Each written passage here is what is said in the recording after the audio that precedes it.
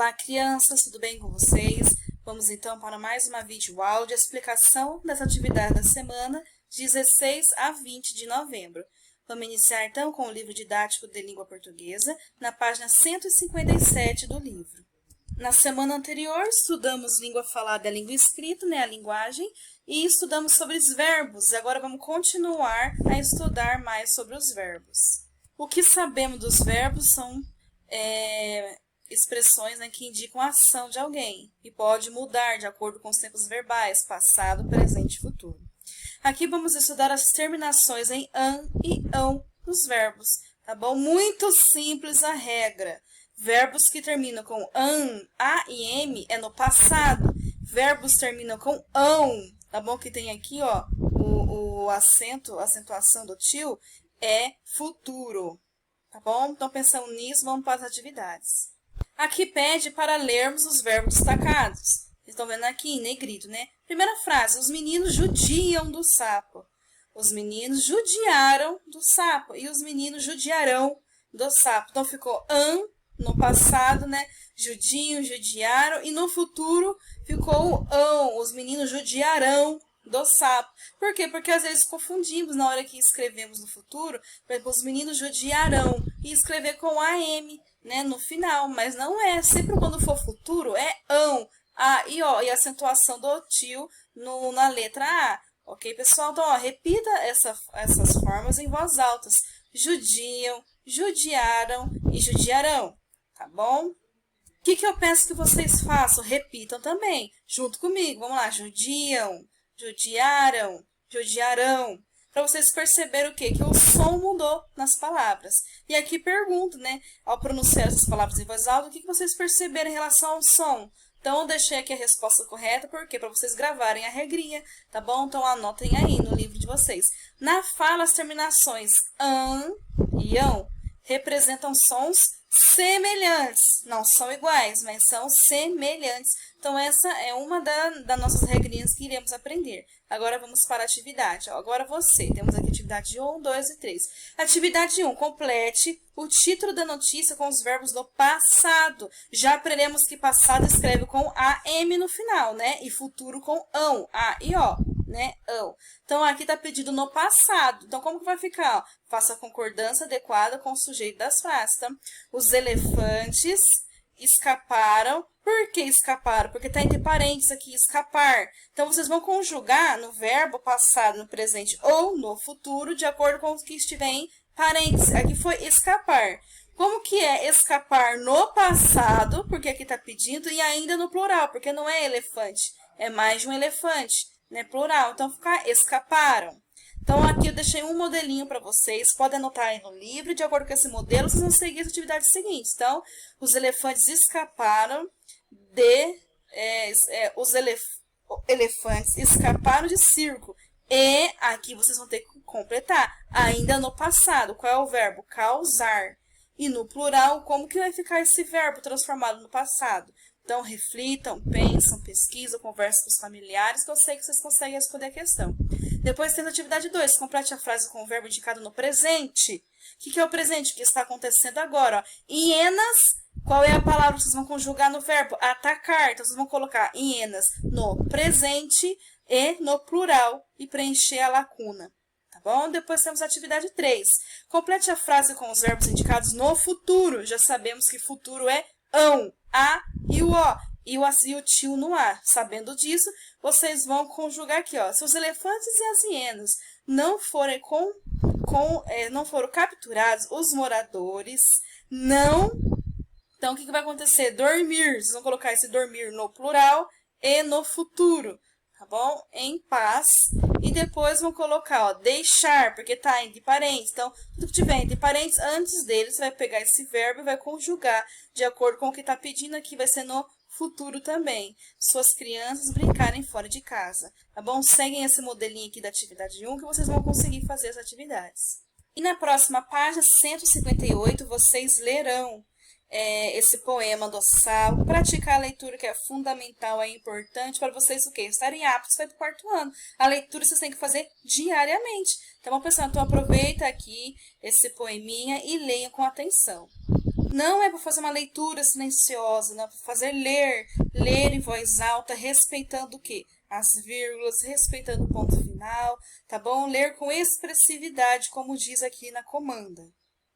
E aproveitando que essa página está se referindo à leitura, tem aqui uma tirinha que vocês irão ler, uma tirinha do Maurício de Souza, né? Que vocês irão ler, tá bom? E vai ver o que vai acontecer nessa história, tá bom? Eu sei que vocês gostam de poemas e de tirinhas, então aproveitem e leiam bastante em voz alta, leiam para os familiares e pratiquem a leitura. Agora vamos para as explicações de matemática, tá bom? Dando início aqui na página 142 do livro, de acordo com o cronograma da semana, mais números de qual algarismo, ou seja, o que estávamos estudando na aula anterior? Unidade de milhar, números que contêm o quê? O milhar, ok? Então, aqui a gente vai continuar trabalhando a unidade de milhar, até o ano que vem, que vocês vão entrar no quarto ano, na dezena de milhar, né? Então, vamos aprender bem esse conteúdo. Aqui começa com o texto. Guia dos Museus Brasileiros. Tem informações importantes, tá bom? Tem imagem e tem legenda. Vocês precisam aprender o quê? A ler com atenção, grifar as informações importantes, o que cada informação está se referindo ao quê. Então, vocês vão realizar essa leitura para poder responder as questões abaixo. Pergunta A. Quais números aparecem nesse texto? Nesse texto tem vários números. Não tem? Vocês vão colocar todos. Todo que vocês viram, vocês vão preencher na lacuna. Atividade B. Dos números que aparecem no texto, quais têm algarismos nas unidades de milhar? Ou seja, qual dos números que aparecem no texto representa o quê? Uma unidade de milhar. Quais números representa essa 1000 e alguma coisa? Ou 2000, ou 3000, 4000, até o 9000, né? Ainda estamos na unidade de milhar. Então, muito fácil, vocês precisam identificar aqui no texto para responder na lacuna abaixo. Depois temos a atividade C. Qual desses números corresponde à quantidade de museus que consta no guia? Então, no texto fala qual é a quantidade de museus e essa quantidade vocês vão preencher na lacuna. E esse mesmo número que vocês responderam a C, vocês vão responder a D também, ó. Represente o número de museus que consta no guia do quadro, no ábaco de pinos abaixo. Então, temos aqui o quadro de valor posicional, onde vocês vão colocar esse mesmo número da atividade C, aqui cada um na sua casinha correspondente, e vão representar no ábaco. Lembra que no ábaco, de acordo com o número, o algarismo que tiver em cada casinha, é o tanto de argolinha que vai ter em cada pino aqui no ábaco, tá bom? Então, vocês vão desenhar as argolinhas no ábaco, representando o número de museus. Página 143, temos a atividade 2. Observe o valor que cada algarismo de 3.118 representa, de acordo com a posição que ocupa no número. Então, o número 8 representa o quê? 8 unidades, né? De acordo com o quadro de valor lá, que são as casinhas. E esse número 1, na dezena, representa o quê? Uma dezena, né? Ou 10 unidades. E esse número 1 aqui, que fica na casinha da centena, o que ele representa? Uma centena ou 10 dezenas, porque 10 dezenas significa uma centena. Ou 100 unidades, pois todos são a mesma coisa. 100 unidades é a mesma coisa de 10 dezenas, que é a mesma coisa de uma centena. E a última casinha aqui, que é a unidade de milhar. Esse 3 na unidade de milhar, ele é um 3 qualquer? Não. Ele representa o quê? 3 unidades de milhar, ou 30 centenas, ou 300 unidades, tá bom? 300 dezenas, perdão, ou 3.000 unidades. Então, vocês prestem muita atenção nisso daqui, ó, que vai ajudar muito vocês a fazer essas atividades. Tá? 3.118 é igual a 3 unidades de milhar, uma centena, uma dezena e 8 unidades. E aqui mostrou esse número decomposto. Escreva como se lê esse número. Então, vocês vão escrever o quê? Uma escrita por extenso. Então, vocês vão escrever o quê? 3.118. Então, se eu fazer uma escrita deste número, tá bom? Não apenas os algarismos, mas realmente escrever, né, como falamos, esse número, e não esqueça do ponto final. Atividade 3, observa o número representado na ficha ao lado. Que número é esse? 4.700, tá bom? Aí vem a perguntinha. Quantas dezenas há nesse número e centenas? Então, vemos aqui, unidade, dezena e centenas.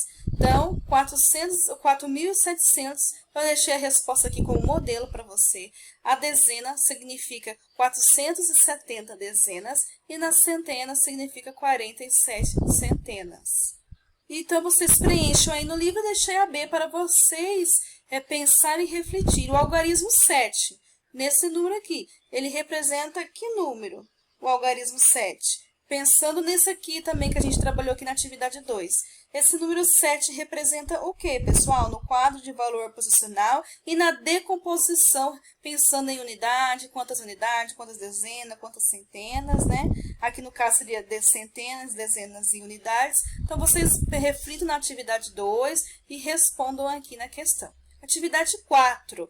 Abaixo, observe abaixo como podemos escrever o número. Que número? 3.434. Tá bom? Ele é como? Pensando nesse aqui também, na atividade anterior vai ser dessa mesma forma, tá bom? Esse número significa 3 unidades de milhar. Esse quadro representa o quê? 4 centenas, está na casa da centena.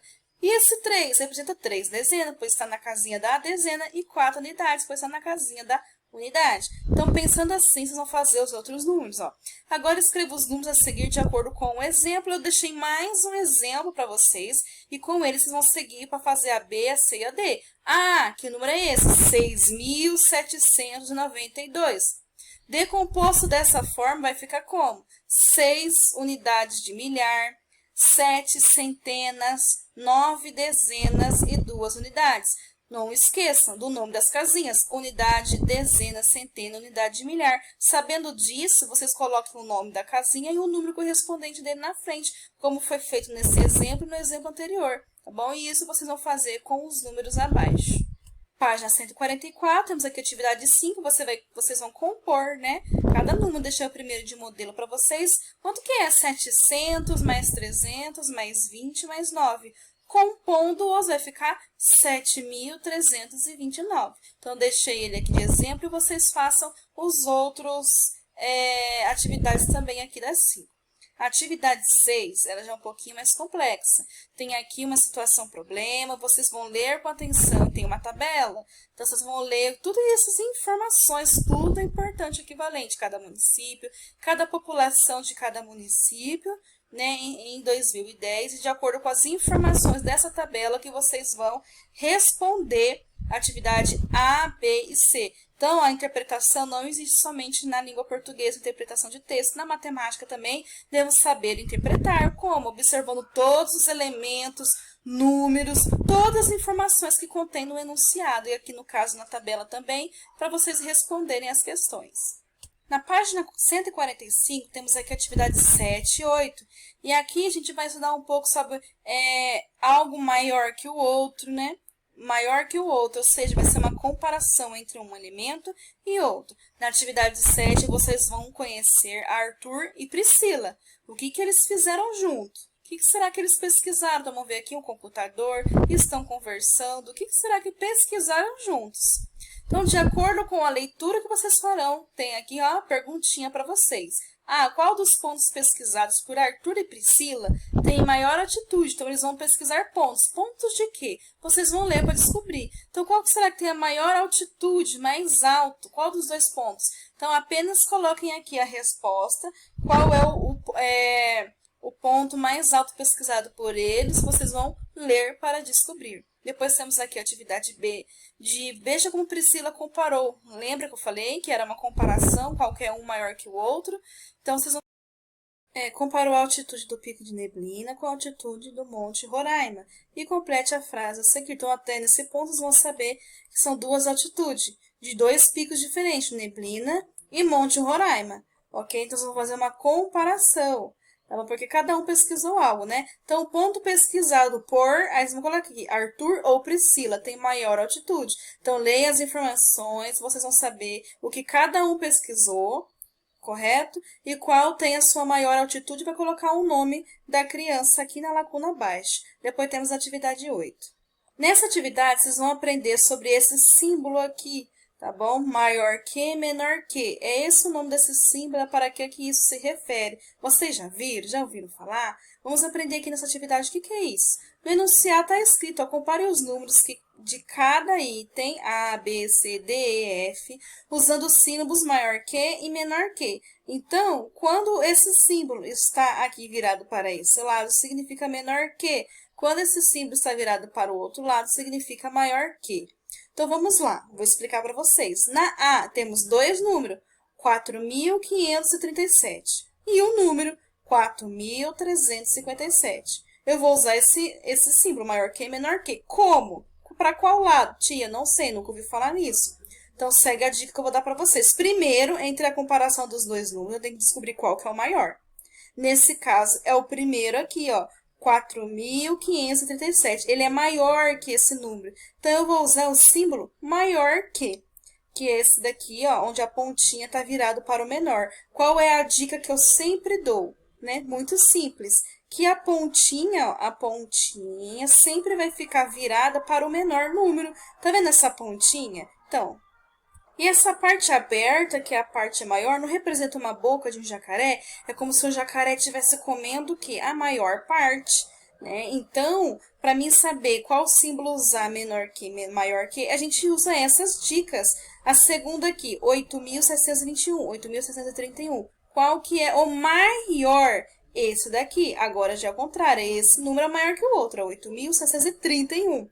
Então, vamos lá para a dica. Primeira dica que eu dei. A ponta de encontro entre os dois, que é essa pontinha, sempre vai ficar virada para o número menor. Qual é o número menor? Esse primeiro número aqui na B. Então, por isso que a pontinha desse símbolo está virada para ele. E a parte maior, que parece uma boca de um jacaré, vai sempre estar virada para um número maior. Então, na última, vamos ver se vocês aprenderam essas dicas. Temos comparação de dois números.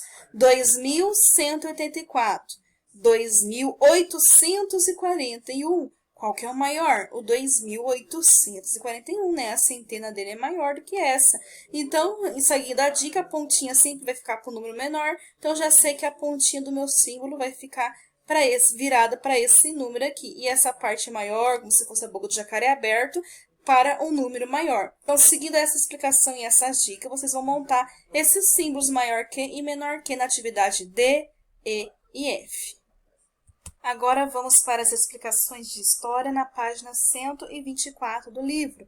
Aqui temos o texto. O encontro entre brancos e indígenas. Qual é o fato histórico que esse tema está se referindo aos europeus quando chegar aqui nas terras que hoje tem o nome de Brasil, correto? É esse encontro. Então, como que foi esse encontro? O que aconteceu? Quando que foi? Então, vocês vão ler todos os textos, vão ler, fazer a leitura desse mapa, ó, mundo, localização na África e da Europa, onde fica a África, né, onde fica a América, onde fica a Europa, perdão, não é África, é América, onde fica a Europa, e vai ler todo esse contexto aqui para a gente aprender como que foi o encontro, né, entre os europeus, principalmente no nosso caso aqui, foi o primeiro contato com os indígenas, foram os portugueses, que ficam na Europa, com os indígenas aqui no Brasil, nas terras brasileiras. E depois na página 125, que vai continuar falando sobre esse assunto, né? Aqui também fala que eles se estranharam, por quê? Porque eram duas culturas muito diferentes. Então, vocês vão observando aqui, essa imagem representa a chegada de Pedro Álvares Cabral com as suas embarcações e os indígenas trabalhando, fazendo suas atividades rotineiras, né? Então, essa imagem representa esse fato histórico. Aqui está escrito na legenda, o desembarque de Pedro Álvares Cabral em Porto Seguro, em 1500, de Oscar Pereira da Silva, que foi quem pintou, né, fez essa pintura, essa obra. Em 1922, essa obra é Olhos sobre a Tela, como a gente já viu em alguns anteriores. Então, sabendo de todas essas informações, temos aqui algumas atividades para fazer. Então, o segundo texto de Eduardo Galeano, na página anterior, ou seja, 124, que aspectos da aparência dos espanhóis chamaram a atenção dos astecas na América Central. Então, o que vocês vão fazer? Retornarão na página anterior, vai ler esse trechinho aqui, que é o textinho que ele escreveu, tá bom? Vai voltar, vai grifar as partes importantes, vai grifar e vai responder aqui quais foram os aspectos da aparência dos espanhóis que chamaram a atenção deles. Então, o que eles acharam de diferente nos espanhóis? Está lá no texto, vocês colocam a pergunta aqui embaixo. Tá bom? Temos aqui a atividade 2. Leia a letra da música. A música chama Chegança. Tá bom? Então, vocês vão ler, fazer a leitura, quem foi que escreveu, todas as informações estão tudo aqui abaixo na legenda. Depois temos algumas atividades. Essas atividades vocês vão ler com atenção para responder e pode estar respondendo no caderno também, tá bom? As respostas. Vamos agora para as explicações de geografia na página 112 do livro. Aqui a continuação da semana anterior, que estamos aprendendo sobre as cidades, a dinâmica e o cotidiano na vida na cidade. Então, sabendo disso, vocês vão ler o texto aqui também vai falar sobre a indústria, né? O que é a indústria, o que ela fornece para a cidade, tem 2 imagens de apoio com legenda, que vocês também farão a leitura, para depois responder as questões. Essas questões, que é a interpretação do texto, vocês podem estar escrevendo no caderno de sala também. E depois temos a página 113. Aqui temos mais um texto com o mesmo tema que a cidade, comércio e serviço, que faz o quê? Parte das cidades. Então, aqui vai explicar um pouco o que é um comércio, o que isso significa, qual é essa atividade, o que eles fazem. E depois temos uma outra parte do texto, que é a prestação de serviços a quem? A população, a nós cidadãos. Então, leia sobre o assunto, observe as imagens e a legenda para poder responder a questão. Essa questão é pessoal, cada uma vai ter a sua, né, através do seu ponto de vista, da sua vivência. Então, converse com os seus familiares, algum adulto, para auxiliar vocês a responder essa questão e façam pesquisas também, se necessário. Agora, vamos para explicações das atividades de ciências na página 118. Aprendemos já sobre o desenvolvimento do corpo humano, agora a gente vai ver sobre o desenvolvimento de alguns animais. Tá bom? O tempo passa para todos os animais. Não crescemos, não desenvolvemos, nem aprendemos na aula anterior, na semana anterior. Os animais também, o tempo passa, eles também mudam, se transformam. Então, como os animais mudam, então aqui vai falar a transformação do salmão, tá bom? Que é um peixe. Depois a tartaruga marinha, sua transformação desde o seu nascimento até a fase adulta, tanto do salmão quanto da tartaruga. Na atividade, na página 119, temos aqui continuação, né, do sapo cururu, seu desenvolvimento. Olha só a diferença de quando ele era apenas um ovinho até virar um sapo adulto, tanto que ele se transformou. E o beija-flor também. Então, houve mudanças, metamorfoses, transformações, correto? Depois temos algumas atividades. Até aqui o livro deu 4 exemplos de animais e o seu desenvolvimento, desde o seu nascimento até a fase adulta. Na atividade 1, vocês vão pesquisar, tá bom? Entrar no Google ou no YouTube e vão pesquisar. Então, vocês vão fazer, aqui fala numa folha de papel sulfite, vocês podem fazer no caderno de sala, tá bom? As etapas do desenvolvimento de um ser humano, tá bom? Então, pode ser um animal, tudo que é vivo, né? Um ser vivo, pode ser um animal, pode ser o que vocês preferirem. Tá bom? E vai passando as etapas dele, desenhando como mostrou aqui, ó, nos modelinhos daqui da página 119 e 118 também. Na atividade 2, temos outra questão aqui. Discuta com os colegas as semelhanças e as diferenças entre as etapas do desenvolvimento humano, ou seja, nosso desenvolvimento humano e a dos animais. Quais são as diferenças? Então, vocês vão colocar numa linha semelhanças e na outra linha diferenças. Semelhanças o quê? No desenvolvimento, né, entre um humano e um animal, e as diferenças entre um humano e um animal. Semelhança, o que mudou de semelhante entre um e o outro? Mudou, houve mudanças, né? E nas diferenças, o que muda num humano que não muda em um animal, ou vice-versa, tá bom? Então, façam essas reflexões para estarem respondendo. Podem estar respondendo no livro se couber, ou melhor ainda, no caderno de classe. Assim, finalizamos as explicações da semana e uma boa aula a todos.